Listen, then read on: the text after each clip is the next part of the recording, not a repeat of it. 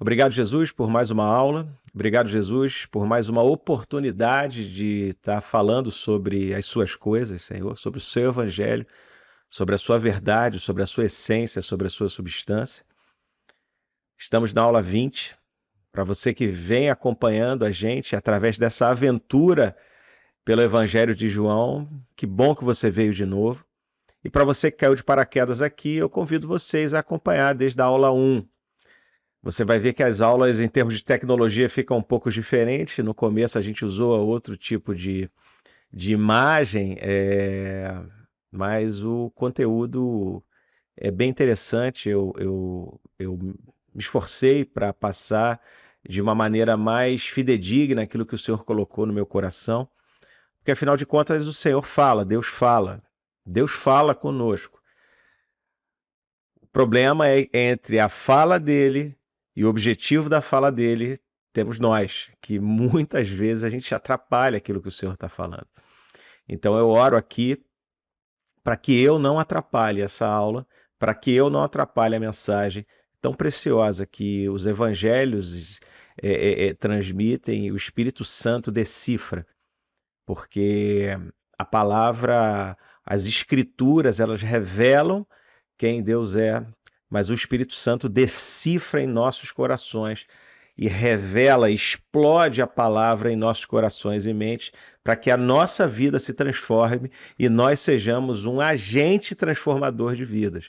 É sobre isso, é sobre Deus, nosso Senhor, e é sobre o próximo. Essa é a nossa missão. Amém? Então vamos lá, estamos na aula 20, nós estamos em João 17. Ah, mas é aula 20 e está em João 17, mas existem algumas aulas bem bacanas, né? Sobre como começou, o que aconteceu com o homem, porque assim, o evangelho são boas notícias. Então, se existem boas notícias, é porque existiu uma má notícia. E na primeira aula nós dissecamos o que aconteceu na queda do homem, até para que nós compreendamos o sacrifício de Jesus, nós temos que entender do que ele nos tirou. E em algumas aulas nós falamos sobre quem é João, alguns aspectos interessantes, né? Sobre os próprios evangelhos, até que nós entramos definitivamente nas escrituras. Convido vocês a assistirem, é bastante legal. Então vamos lá. João 17, vamos ler aí do 1 ao 5.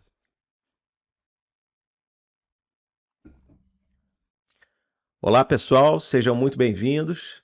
Essa é a aula 20 do nosso estudo do Evangelho de João.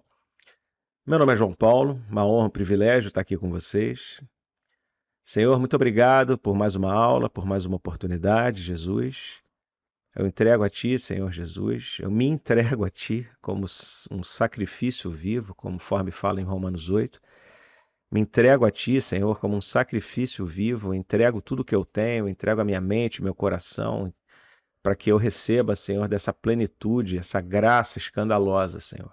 Eu entrego essa aula, eu entrego esse projeto, esse pequeno projeto, Senhor, que o Senhor colocou no meu coração, que vem alcançando exatamente as pessoas que o Senhor quer que alcance, seja um, seja mil, seja 1 milhão. O que importa é o seu propósito, Senhor, não o meu. O que importa é o seu objetivo, Senhor, não o meu. Amém, pessoal? Então vamos lá? Estamos na aula 20. Hoje nós vamos meditar sobre João 17. E nós vamos aqui falar sobre aquilo que o Senhor vem colocando no meu coração. Existem canais assim bem bacanas no YouTube que dissecam a teologia, fazem uma exegese melhor, mais aprofundada do texto. Mas a nossa aula, a proposta da nossa aula é o estudo da identidade segundo o Evangelho de João. Então, nós vamos fazer uma meditação sobre a nossa identidade espiritual, baseado nas escrituras que o apóstolo João escreveu. Então, que o Espírito Santo nos ajude, que seja uma visita guiada e que eu e você consigamos dar um passo mais profundo na direção daquilo que o Senhor quer que nós sejamos. Amém? Então, vamos lá. Depois disso, Jesus olhou para o céu e orou: Pai, é chegada a hora, glorifica a teu filho, para que também o teu filho te glorifique. Pois lhe deste autoridade sobre toda a humanidade, para que conceda a vida eterna a todos que deste. E essa é a vida eterna, que te conheçam, o único Deus verdadeiro, e a Jesus Cristo, a quem enviaste. Eu te glorifiquei na terra, completando a obra que me deste para fazer. Pai, chegou a hora, glorifica o teu filho, para que o teu filho te glorifique.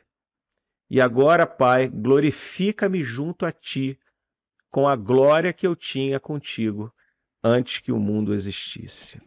Uau! Uau! A palavra é tão incrível que não precisa nem que a gente medite sobre ela, mas a Bíblia fala que a nossa glória é conhecer Ele cada vez mais e mais. Então vamos lá, o objetivo de Jesus é glorificar o Pai.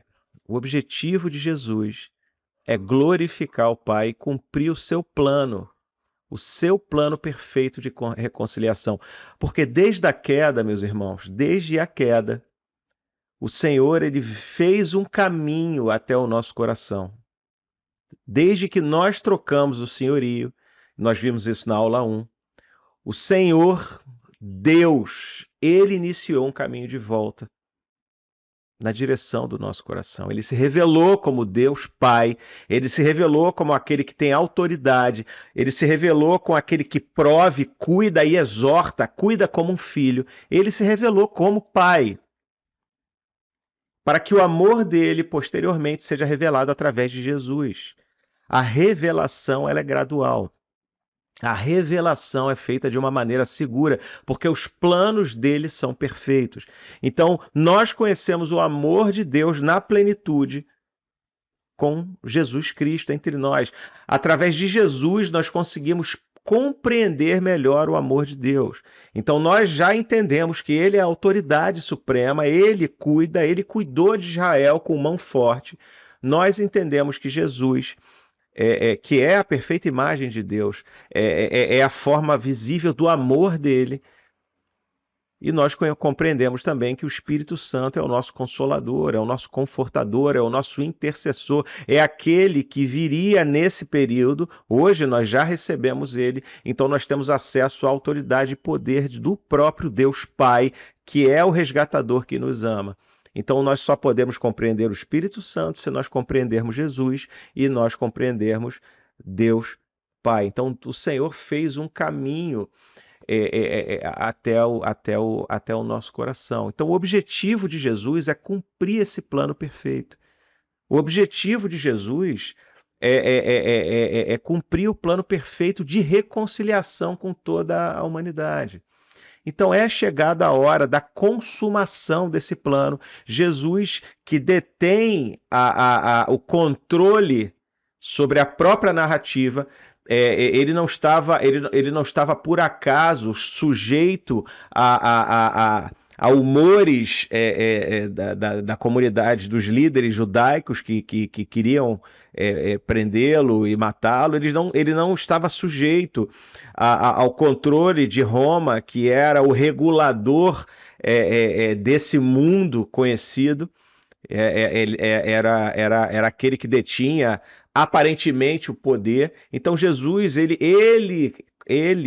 definiu a própria narrativa. Então ele entende agora eternamente, porque ele é onisciente, ele entende agora que é chegada a hora dele. E ele volta para o Pai.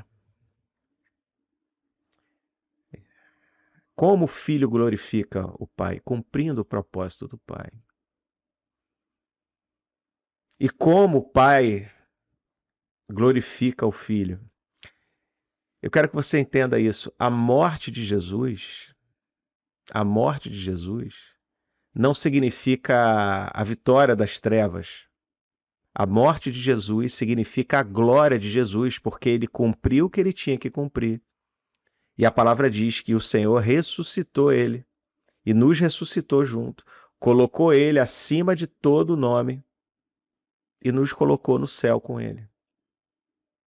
Então é chegada a hora de quê? É chegada a hora da morte, que ele decidiu se entregar, que é a própria glória dele, onde ele vai definitivamente destruir o poder da morte e das trevas. Essa é a glória de Deus, essa é a glória de Jesus. Esse é o plano consumado, esse é o plano secreto, esse é o resgate.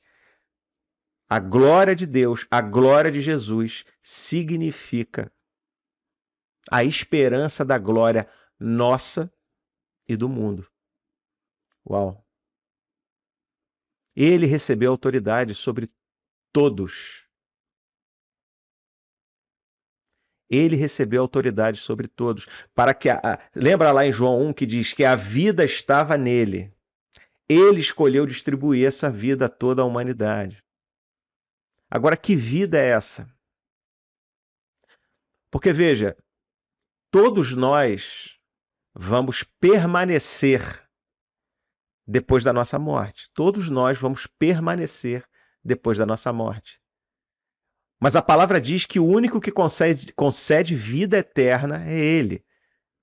Porque só existe vida nele. E aqui nós entendemos o que é essa vida. Essa vida é uma vida nele, é uma vida conhecendo a Ele. Nós vamos passar a eternidade conhecendo a Deus, que é eterno. Se Deus é eterno, nós não podemos conhecer Ele, a não ser que nós passemos a eternidade com Ele. Essa é a nossa glória, essa é a nossa alegria, essa é a nossa esperança. Uma vida conhecendo Ele. E aí nós nos juntaremos aos anciãos e aos seres viventes. Lembra lá em Apocalipse? Que eles ficam gritando de dia, de noite, sempre, Kadosh, Kadosh, Santo, Santo, Santo, Santo é o Senhor dos Exércitos, Santo, Santo, Santo. Eles não estavam elogiando o Senhor. Eles não estavam reverenciando apenas o Senhor. Isso é uma constatação, porque quando você se depara com a glória santa de Deus, a única coisa que você pode fazer é apontar e dizer santo, santo. Quando nós aqui, nesse sistema de mundo caído, vemos a glória de Deus manifesta, quando nós vemos uma cura, quando nós vemos um livramento, quando nós vemos um resgate de um casamento, quando nós vemos um resgate de uma pessoa que sai das trevas e aceita Jesus, nós dizemos santo, santo, santo, santo, obrigado, Jesus. Quando nós falamos obrigado, Jesus, nós dizemos santo é o Senhor. Santo é o Senhor. Essa é a nossa vida eterna. Essa é a nossa vida eterna, é conhecer Ele face a face. Face a face. Como diz em Coríntios, santo, santo, santo, santo. Se hoje nós vendo em parte, nós já nos impactamos com a glória de Deus, porque a palavra diz que nós vemos um bocadinho, uma partezinha. Hoje, mesmo assim, a glória de Deus é tão escandalosa que nós ficamos como quem sonha. Você imagina quando nós quando nós formos ver essa glória face a face. Essa, essa, essa é a vida eterna. Essa é a vida eterna. É a Zoe, a vida do próprio Deus. Porque nós, quando a nossa alma, o nosso espírito, quando permanece longe dele, nós permanecemos eternamente. Mas não é uma vida eterna, é uma outra coisa, em outro lugar. Essa é a urgência do Evangelho. Porque nosso espírito permanecerá com ele, com Jesus, em vida eterna. Sem ele, eternamente outra coisa. Pensa nisso. Porque quando nós entendemos isso realmente, o nosso sentimento de urgência, ele muda completamente. A nossa visão do Evangelho muda completamente para nós e sobre os outros. Nós entendemos quando lá em Marcos fala, vão e pregam o evangelho a toda tribo, língua e nação, batizando-os no Pai, no Filho e Espírito Santo. Eu estarei com vocês. Quando nós entendemos isso, as alternativas da eternidade, vida e morte, nós compreendemos a urgência do que Deus falou, do que Jesus falou. Vão e preguem, preguem, preguem, preguem. Nós entendemos quando ele fala, quando Jesus fala, aonde for, anunciem que o reino de Deus está próximo. Usem minhas ferramentas, cura, limpa, expulsa demônio, ressuscita os mortos. Essas são as minhas ferramentas para que você anuncie que o reino de Deus está próximo. A visão muda. Quando nós entendemos as alternativas da eternidade. Porque, veja, eles ainda estão naquele cômodo, né? naquele cenáculo. Eles ainda estão no cenáculo, naquele momento da Santa Ceia. Naquele momento da Santa Ceia, onde Jesus ele estava se despedindo, encorajando, edificando, dando as últimas ferramentas antes da sua crucificação, para que os discípulos suportem aquilo que eles veriam e tenham bom ânimo e tenham paciência para esperar a consumação do plano. Porque se nós não permanecemos, nós não conseguimos ver a consumação do plano. Se Abraão não permanecesse ouvindo a voz de Deus, ele teria matado Isaque. Porque Deus fala, sacrifica. Só que no último momento fala, não. Se ele não escuta o não, ele só fica com o primeiro comando, ele sacrifica Isaque. Se os discípulos não permanecessem em Jesus, depois da morte deles, iam todos. Afinal de contas, morreu o Messias. Então Jesus, ele estava preparando com palavras de conhecimento, com palavras proféticas, que foram legitimadas pela demonstração do poder dele. Porque, veja, Jesus não veio curar, Jesus veio resgatar, Jesus veio trazer sozo. A cura física, a cura emocional é uma ferramenta para algo maior, para que a gente veja, uau! É como quando a gente entra no mercado, tem aquelas pessoas com aquela bandejinha que tem um queijo, tem um iogurte novo. Ó, experimenta, é bom. Aqui, ó. Aí você experimenta, caramba, que isso? Aí a expositora fala, olha aqui, ó, isso aqui é vendido. Só que no caso do reino não é vendido, é de graça. Então a gente dá uma amostra grátis. Uma cura é uma amostra grátis. Uma ressurreição de mortos é uma amostra grátis. Uma palavra de conhecimento é uma amostra grátis. Para algo que é gratuito. Para algo maior, para que as pessoas tenham fome e sede. Eu quero isso. Uau, eu quero isso. Tem mais disso? Tem, toma. Só você recebeu Jesus no coração. É tudo de graça, porque ele já pagou o preço. Ele já pagou o preço. Pai, chegou a hora, glorifica o teu filho para que o teu filho te glorifique. Isso é lindo, porque veja, lá no cenáculo, até agora, Jesus consolando, limpando os pés, exortando, colocando a cabeça no lugar, injetando amor. Até agora, ele estava falando para os discípulos de Deus. Ele estava falando para os discípulos sobre Deus. Nesse capítulo 17, que é um dos capítulos mais lindos da Bíblia para mim, eu confesso a vocês aqui que eu fiquei com absoluto temor de fazer essa aula. Eu procrastinei essa aula para que, por medo mesmo, né?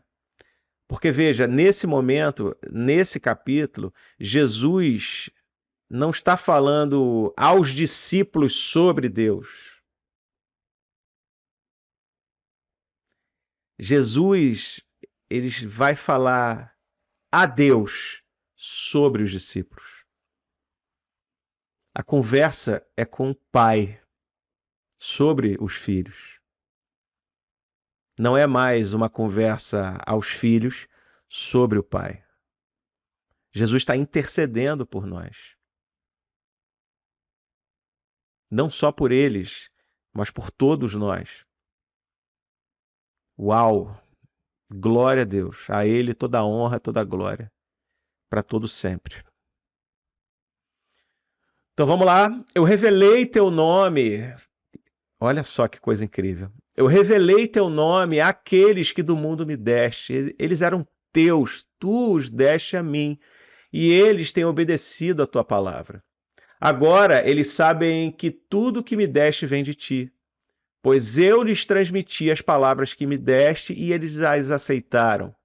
Eles reconheceram de fato que vim de ti e creram que me enviaste. Eu rogo por eles. Não estou rogando pelo mundo, mas por aqueles que me deste, pois são teus. Tudo que tenho é teu e tudo que tens é meu, e eu tenho sido glorificado por meio deles. Não ficarei mais no mundo, mas eles ainda estão no mundo e eu vou para ti, Pai Santo. Protege-os em teu nome, o nome que me deste, para que sejam um, assim como somos um. Enquanto estava com eles, eu os protegi e os guardei no nome que me deste. Nenhum deles se perdeu, a não ser aquele que estava destinado à perdição para que se cumprisse a Escritura. Agora vou para ti, mas digo essas coisas enquanto ainda estou no mundo, para que eles tenham a plenitude da minha alegria. Dei-lhes a tua palavra e o mundo os odiou, pois eles não são do mundo, como eu também não sou. Não rogo que os tires do mundo, mas que os proteja do maligno. Eles não são do mundo, como eu também não sou. Santifica-os na verdade. A tua palavra é a verdade. Assim como me enviaste ao mundo, eu os enviei ao mundo. Em favor deles eu me santifico, para que também eles sejam santificados pela verdade. Glória a Deus. Glória a Deus. Glória a Deus. Jesus diz que revelou o nome de Deus ao mundo. No versículo 6. No versículo 11, ele diz: protege-os em teu nome, o nome que me deste. Jesus revelou o nome de Deus, que é o próprio nome dele. Jesus aí, mais uma vez, e glória a Deus pelo evangelho do apóstolo João. Jesus, mais uma vez, ele estava evidenciando a sua divindade. Jesus, mais uma vez, estava evidenciando que ele e o Pai são um. Jesus, mais uma vez, estava evidenciando que ele é Deus. Ele é Deus. O nome de Deus é o próprio nome de Jesus. Filipenses 2, 9 e 11. Por isso Deus o exaltou à mais alta posição e lhe deu o nome que está acima de todo nome, para que ao nome de Jesus se dobre todo o joelho nos céus e na terra e debaixo da terra, e toda língua confesse que Jesus Cristo é o Senhor, para a glória de Deus Pai. Não existe nome maior que o nome do Senhor Deus. E o nome de Jesus se elevou acima de todo nome. Ou seja, o nome de Deus, o nome de Uevaé, o nome de Adonai e o nome de Jesus são o mesmo nome. Glória a Deus por isso. Atos 4:12. Não há salvação em nenhum outro, pois debaixo do céu não há nenhum outro nome dado aos homens pelo qual devamos ser salvos. O nome de Jesus, ele é santo. O nome de Jesus carrega poder e autoridade. As coisas devem ser pedidas de acordo com o coração de Jesus, em nome de Jesus, porque o nome dele tem poder. E ele colocou o nome dele em nós. Lucas 1, de 30 a 33. Mas o anjo lhe disse: Não tenha medo, Maria, você foi agraciada por Deus. Você ficará grávida e dará à luz a um filho, e lhe porá o nome de Jesus. Ele será grande e será chamado Filho do Altíssimo. O Senhor Deus lhe dará o trono de seu pai Davi, e ele reinará para sempre sobre o povo de Jacó. Seu reino jamais terá fim. O nome de Jesus tem poder. O nome de Jesus tem poder. E esse nome se fez carne. Esse nome se fez carne e transmitiu a nós. Presta atenção. Jesus transmitiu a nós as palavras do próprio Deus. Quando nós recebemos a palavra do próprio Deus, existem duas alternativas. Todas elas geram consequências. Acolher as palavras, aceitar e obedecer, como os discípulos fizeram, mesmo sem compreender direito, porque nesse momento eles ainda não tinham compreendido completamente. Obedecer aquilo que o Senhor está falando gera consequências na nossa vida. Assim como não aceitar, não acolher, não obedecer aquilo que o próprio Deus está falando, porque as palavras de Jesus são palavras do próprio Deus, como diz no versículo 8. Não aceitar, rejeitar, gera também consequências.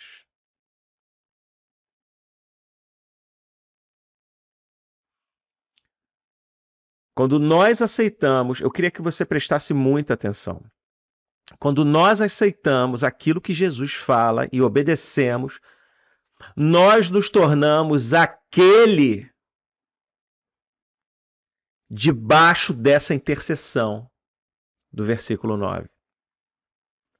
Quando nós acolhemos, quando nós aceitamos, Senhor, eu entendo, Senhor, eu não entendo, mas eu acolho, aceito em meu coração e eu me entrego, nós nos colocamos sobre a proteção poderosa dessa intercessão.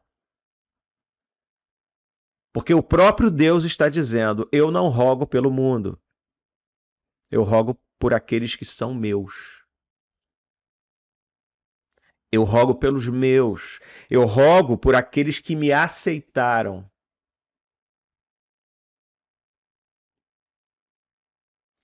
Porque o Senhor colocou sobre Jesus todas as coisas. E ele transmitiu todas as coisas. A plenitude do próprio Deus está disponível para aqueles que acolhem a sua palavra. Quando nós dizemos sim para o Senhor, Jesus, eu recebo, eu acolho essa verdade e eu, mesmo sem compreender, mesmo talvez em dúvida, mas eu obedeço com tudo que eu tenho. Eu obedeço com todo o meu ser. Com todo o meu ser. Eu me arrependo dos meus caminhos. Eu recebo a sua verdade.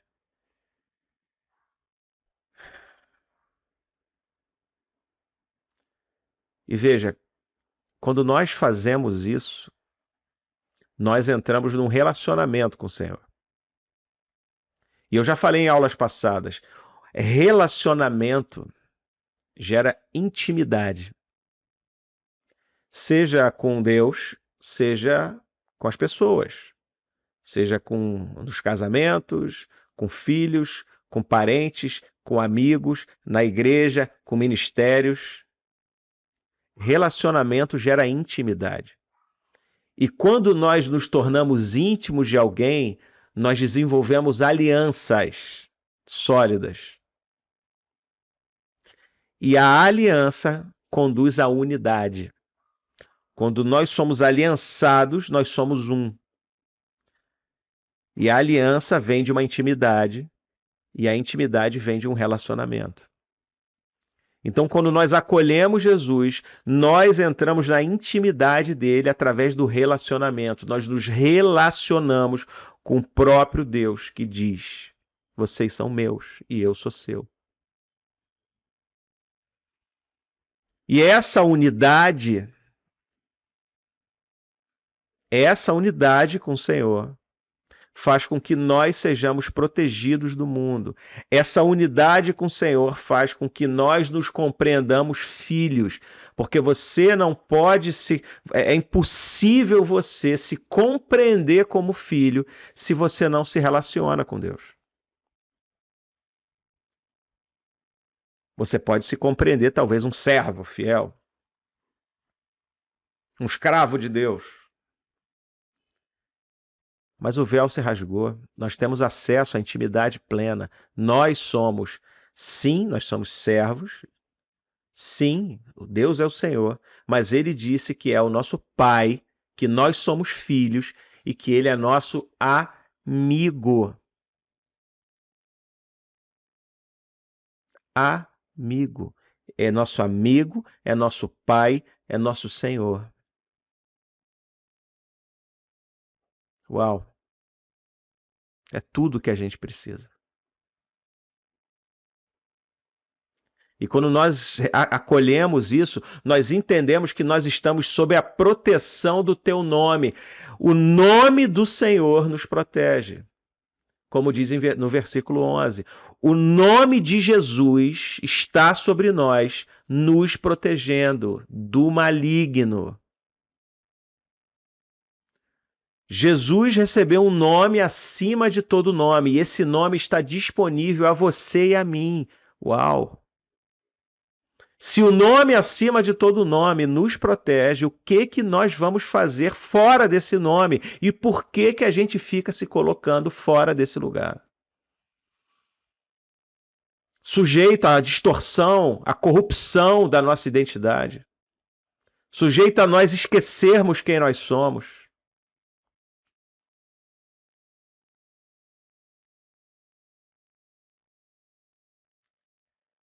Porque o Senhor guarda aqueles que o aceitam. E aí você pode me perguntar, e Judas? No versículo 12. Mas Jesus não falou que ele não perdeu ninguém? Ele perdeu Judas. Judas não era de Jesus. Judas era um impostor se passando por filho.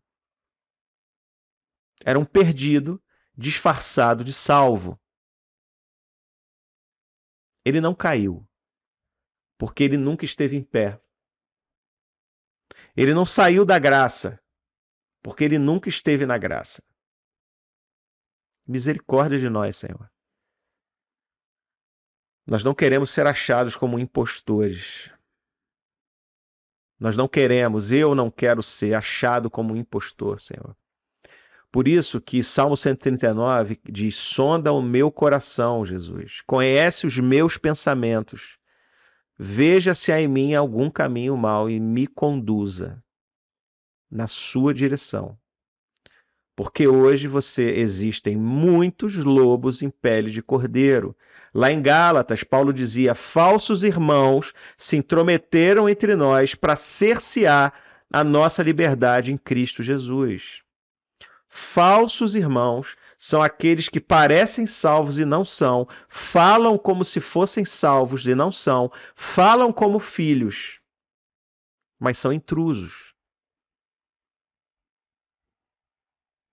Parecem que partilham da mesma fé, mas não partilham.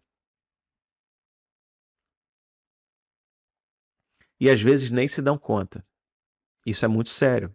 Alguns se dão, mas às vezes nem se dão conta. Vivem um evangelho filosófico, vivem um evangelho de interesse baseado em cobiça, em medo, ganância.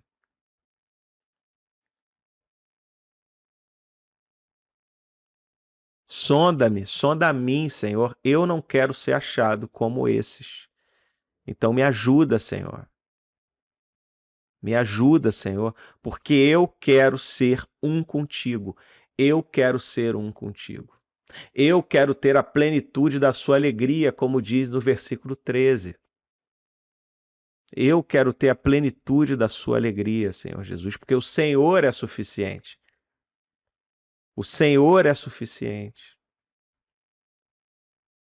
Eu quero ser odiado pelo mundo. É, sério, sério. Eu não quero ser odiado pelas pessoas. Eu quero ser odiado pelo mundo. Eu quero ser odiado pelo sistema de mundo, porque o sistema de mundo odeia a verdade, odeia Jesus. O sistema de mundo odeia aqueles que têm perfume. A palavra diz que nós somos perfume de Cristo. A palavra diz, nós somos perfume de Cristo. Para aqueles que estão destinados à vida, nós temos cheiro de Jesus, nós temos cheiro de vida. Para aqueles destinados à morte, nós temos cheiro de morte. Nós fedemos para o mundo. O diabo não suporta o perfume de Cristo. O diabo não suporta a radiação da glória de Deus que está em nós. E é por isso que ele tenta desvirtuar e corromper a nossa identidade, porque ele nada pode fazer contra aquele acima de todo nome. Ele não pode ir contra Jesus. Ele pode mentir, fazer com que nós esqueçamos quem nós somos e apagar o espírito que ele não, nós apagarmos o próprio espírito, porque Jesus é tão gracioso que ele permite que nós possamos dizer não para ele. Isso gera consequência.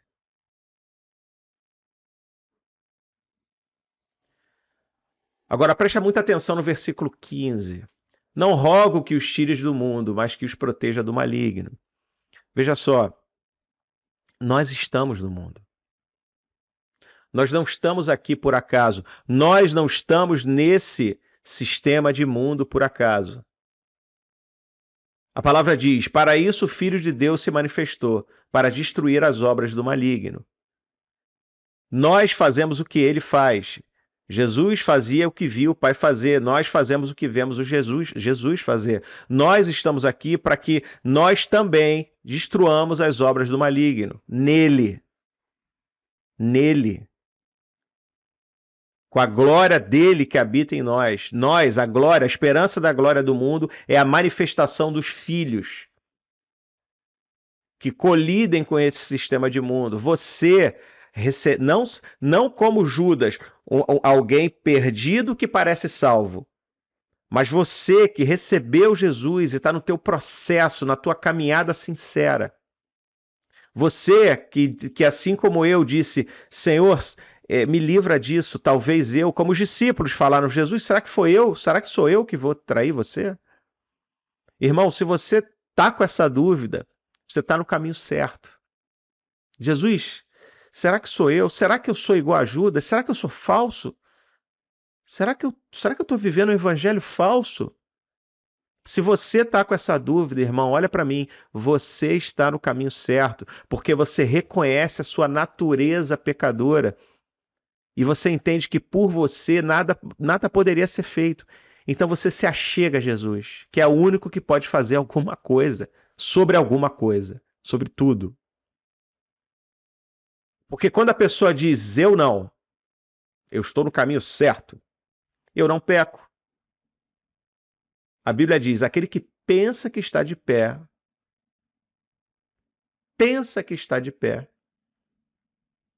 cuidado para que não caia. Está lá em Coríntios. Então, se você reconhece a tua limitação e tem medo dela, você está no caminho certo. Então, se achega mais a Jesus. Se achega mais a Jesus. Então, nós que recebemos Jesus no coração, nós que recebemos o Espírito Santo, automaticamente nós já não estamos nesse mundo. A palavra diz que ele não é desse mundo e nós também não estamos nesse mundo. Nós estamos assentados espiritualmente nas regiões celestiais. Ele foi ressuscitado por Deus, foi colocado acima nas regiões celestiais. O que é religião celestial? É o terceiro céu, é a própria região onde Deus habita e só ele habita. Ele escolheu que nós espiritualmente estejamos lá com ele. Porque ele habita em nós, então o próprio terceiro céu habita em nós. A própria região onde ele habita, habita em nós. Uau! Uau! Espiritualmente nós estamos com ele, porque ele está em nós. Nós estamos com ele porque ele está em nós. Nós só podemos estar com ele porque ele escolheu estar em nós e habitar em nós. Mas nós fisicamente estamos nesse mundo. Se nós estamos aqui, é porque tem um trabalho a ser cumprido, destruir as obras do inimigo. O Senhor, por alguma razão, escolheu que o céu descesse à terra através dos filhos. Os filhos manifestam a glória de Deus, que seja feito na terra como no céu, através de mim e de você. Então nós somos o ponto de colisão entre dois reinos, o reino dos céus e o reino das trevas. Então Jesus diz: eu não rogo para que os tires do mundo. Por quê? Porque tem uma missão a ser feita. Existe uma missão a ser feita. Uma missão de resgate. Uma missão de resgate. Que a palavra diz que nós faríamos obras ainda maiores que a de Jesus. E geralmente as pessoas pensam nessas obras maiores como se Jesus curou um, nós vamos curar 20. Sim, possivelmente, mas o objetivo não é a cura em si, não é a demonstração de poder. A obra é o resgate, a salvação, a obra é o sozo. Então, nós, por conta, obviamente, da densidade demográfica, nós temos o potencial para fazer obras maiores, salvar mais pessoas que Jesus salvou. Como homem, né? Porque ele continua fazendo isso através de nós. Porque quem convence é o Espírito Santo. Nós vimos isso nas aulas passadas. Ele continua, a obra continua sendo dele, não é nossa. Mas nós somos coparticipantes. E nós temos responsabilidade como coparticipante. Mas ele intercede por nós para que o maligno não nos toque. Então, o diabo não te toca. Se você permanecer nele, se você permanecer, eu e você, nesse lugar de relacionamento, nesse lugar de intimidade, nesse lugar de aceitação, como diz lá no versículo 8, nesse lugar de aceitação, nós entramos nessa intercessão e o maligno não nos toca. Faz sentido isso para você, querido? Nós não somos desse mundo. Jesus pediu para que nós sejamos santificados na verdade. Qual é a verdade? É a palavra de Deus. A palavra de Deus nos santifica. Então, busca na palavra oração, súplica, ações de graça, comunhão. Busca, ande com pessoas cheias do Espírito Santo. Ande com pessoas que edificam a sua fé. Não ande com pessoas que colaboram para o fim da tua confiança. Essa nós nos derramamos, porque elas são do mundo. Mas o círculo pequeno, como esse cenáculo, veja bem, isso aqui é um microcosmo daquilo que nós temos que fazer. Eles estão lá entre irmãos se fortalecendo para se derramar no mundo. Mas o lugar de aliança e relacionamento é com pessoas cheias do Espírito Santo. Amém? Amém? Vamos lá. 20. Minha oração não é apenas por eles, rogo também por aqueles que crerão em mim por meio da mensagem deles, para que todos sejam um, Pai, como tu está em mim e eu em ti, que eles também estejam em nós, para que o mundo creia que tu me enviaste. Dê-lhes a glória que me deste, para que eles sejam um, assim como nós somos um. Eu neles e tu em mim, que eles sejam levados à plena unidade, para que o mundo saiba que tu me enviaste e os amaste como igualmente me amaste. Pai, quero que os que me deste estejam comigo, onde eu estou, e vejam a minha glória, a glória que me deste, porque me amaste antes da criação do mundo. Pai justo, embora o mundo não te conheça, eu te conheço, e estes sabem que me enviaste. Eu os fiz conhecer o teu nome e continuarei a fazê-lo, a fim de que o amor que tens por mim esteja neles e eu neles esteja. Jesus está falando para você. Está falando de você. Jesus está falando de você para o Pai. Jesus está intercedendo por mim e por você. Por mim e por você.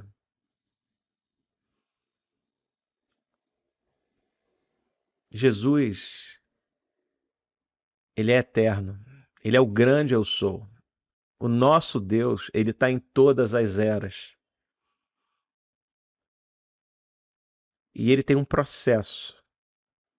O processo do Senhor é se revelar a pessoas que se revelam a pessoas.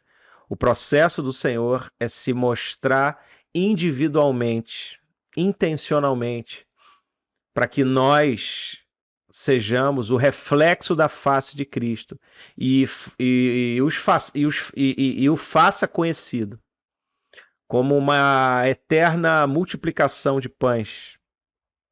Você lembra, algumas aulas atrás, nós falamos sobre a multiplicação de pães. Qual foi o processo do Senhor? Ele recebeu os pães e os peixes. Ele agradeceu ao Senhor. Ele deu graças ao Senhor. Ele deu uma braclá, que é o que se fala. Ele deu graças ao Senhor. Ele já agradeceu por aquilo que ele nem estava vendo. Ele agradeceu ao Senhor. E distribuiu o pão para a pessoa mais próxima, que distribuiu para a pessoa mais próxima. Lembra que ele orientou todos a sentarem em grupos? E ele foi distribuindo. Uma pessoa deu para uma pessoa. A outra pessoa recebe tudo, fica com tudo e distribui tudo. Essa é a matemática do reino. Então nós recebemos de graça, como lá em Mateus fala, Mateus 10. Nós recebemos de graça nós damos. Por que nós recebemos? Para que nós demos. Nós recebemos para dar. Nós recebemos para dar. Nós não recebemos para reter informações e nós nos sintamos bem por sabermos mais que o outro irmão. Nós não recebemos para que nós retenhamos e vendamos as informações que nós temos.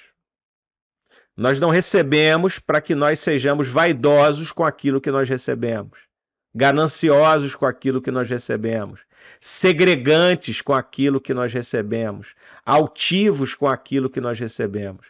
Nós recebemos com muito temor e tremor para que nós distribuamos o mais rápido possível. Mais rápido possível. Se você teve uma revelação, compartilha. Se você recebeu uma libertação, compartilha. Compartilha. É para isso que nós estamos aqui. Porque nós só estamos recebendo a mensagem agora porque esses apóstolos entenderam isso. Como diz o versículo 20. Isso é muito sério. No versículo 21, diz que o mundo só vai crer em Jesus através da nossa unidade, para que todos sejam um, como tu está em mim e eu em ti, que eles também estejam em nós, que nós hoje, quem são eles? Somos nós, que nós estejamos neles, como eles estão em Jesus, como Jesus está no Pai, para que essa unidade faça com que o mundo entenda que Jesus é Deus. Através da nossa vida,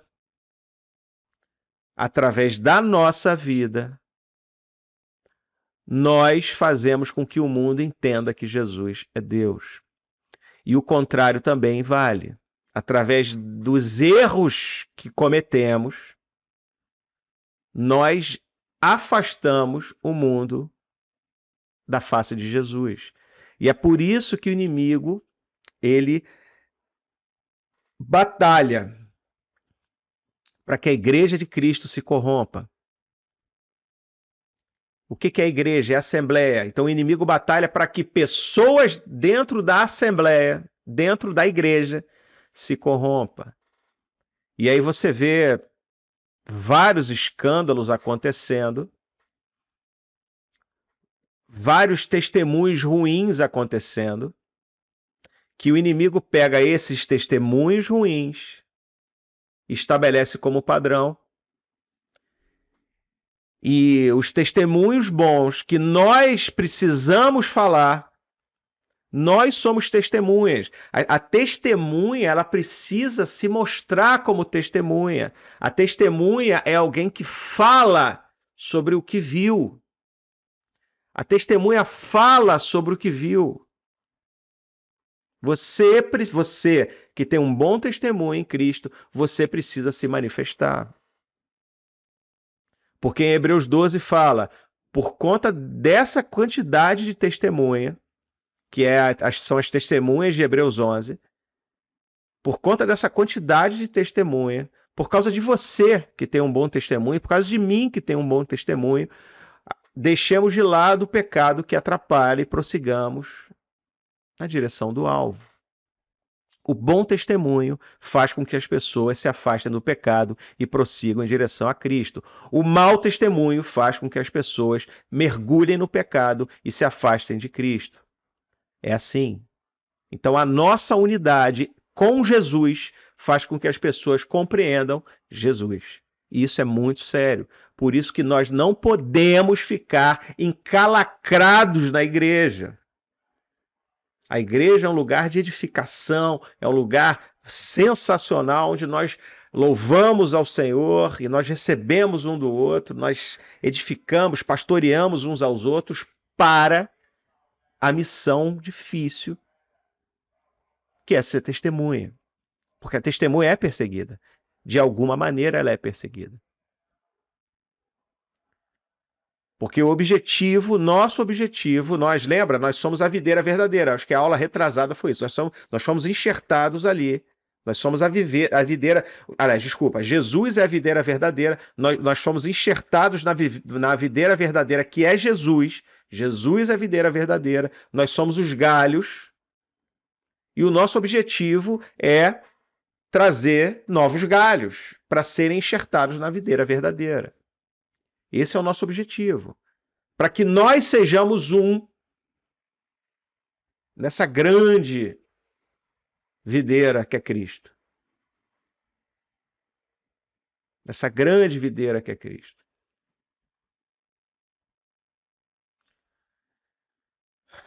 E existe uma promessa para nós.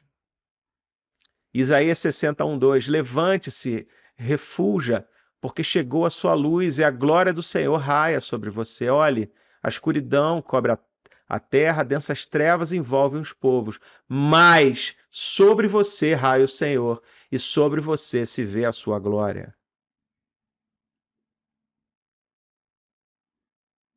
A glória de Jesus repousa sobre nós. A glória de Jesus repousa sobre nós e é essa glória que lança luz sobre as trevas. É essa glória, veja, densas trevas envolve os povos. É essa luz que vai iluminar todos aqueles que escolherem serem iluminados por essa luz. Essa luz é irresistível, mas essa luz é resistível.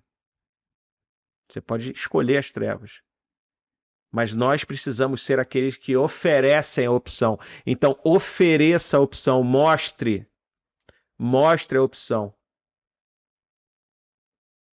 O nome de Jesus repousa sobre mim e sobre você. O nome de Jesus se fez conhecer, como diz no versículo 26. Eu fiz conhecer o teu nome. Nós conhecemos o nome dele. A fim de que o amor que tens por mim esteja neles. Então, nós conhecemos o nome de Jesus e através do nome de Jesus nós conhecemos o amor de Deus. E através desse amor, Deus está conosco, Jesus habita em nós. Então, em nome de Jesus, eu declaro que esse amor se aprimore, eu declaro que esse relacionamento com o Senhor, ele se aprofunde em mim e em você, para que o amor dele se aprimorem em nós. E a palavra diz que esse amor perfeito lança fora o medo, que é uma ferramenta de Satanás, porque medo é fé no dano. A fé é o firme fundamento daquilo que não se vê. Não importa. Se você crê no dano, você tem medo. Se você crê em Deus, você tem esperança e confiança plena. É isso que eu declaro sobre você em nome de Jesus. Muito obrigado, pessoal. Até a próxima aula. Até lá.